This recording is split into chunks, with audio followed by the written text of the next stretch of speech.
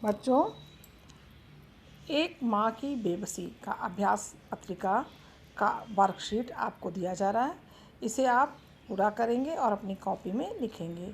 एक माँ की बेबसी कविता के आधार पर पंक्तियाँ पूरी करो। इसमें क्या है, जो आपकी कविता है उसके आधार पे जो शब्द छूटे हैं उसे भरना है। जैसे यहाँ से लिखा है ना जाने किस, यहाँ के बाद फिर डैश डैश है मैं, फिर मिलकर आता था, फिर डैश डैश, फिर डैश डैश हमारे साथ, डैश डैश जो बोल नहीं सकता था, खेलता था, डैश डैश। तो ये जो कविता है यहाँ से न जाने से लेकर बोलता था, इसको आपको पूरा करना है। इसको पूरा करके कविता को पूरा करेंगे। तो जो लिखा हुआ है उसको ब्लू से लिखेंगे और जो नहीं भरेंगे उसको ब्लैक से लिख देंगे, ब्लैक पेन से, कलर से लिखेंगे।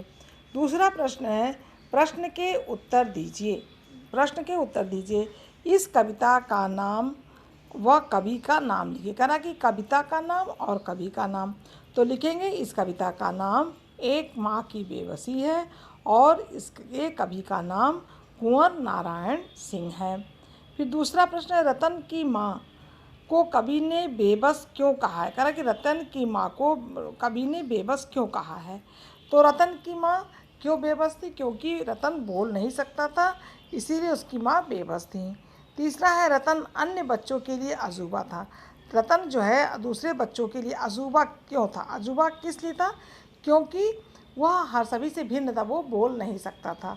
सारे बच्चे एक जैसे थे, ये रतन बोल नहीं सकता था, इसलिए अजूबा था।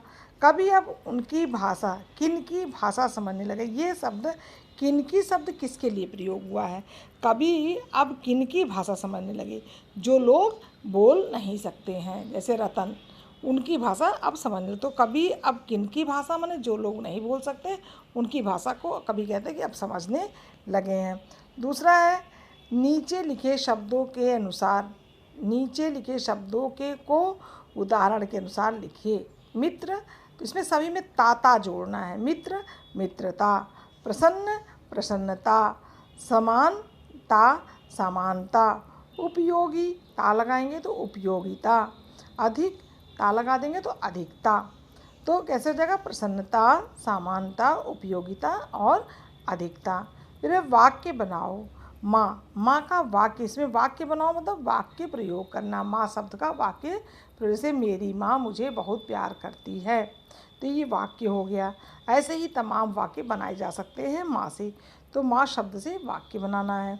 दूसरा है मित्र। ऐसे मित्र से, मेरा मित्र पढ़ने में बहुत तेज है, या मेरे मित्र की लिखावट बहुत अच्छी है। तो इस तरह एक वाक्य बन गया। और जो वाक्य का प्रयोग करेंगे माँ, तो उसके नीचे अंडरलाइन करेंगे, मित्र लिखेंगे तो उसका वाक्य बना के मित्र के नीचे अंडरलाइन करेंगे, जिससे कि पता चले कि वाक्य किस शब्द से बना है। पांचवा, नीचे लिखे शब्दों के विलोम शब्द लिखिए। कह रहा है कि नीचे लिखे शब्दों के विलोम शब्द लिखिए। बच्चा, बच्चा का विलोम मतलब उल्टा शब्द, विपरीतार्थक शब्द। तो बच्चा, बच्ची।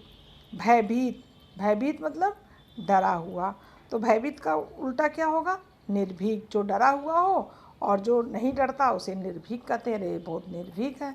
तो भयभीत का डरा हुआ, तो उसका हो गया विलोम शब्द भयभीत का निर्भीक। क्या हो गया, निर्भीक। भिन्न, अलग, तो भिन्न का समान माने एक जैसा। समझ, कह रहा है उसके अंदर सब समझ है। और ना समझ, समझ ना समझ।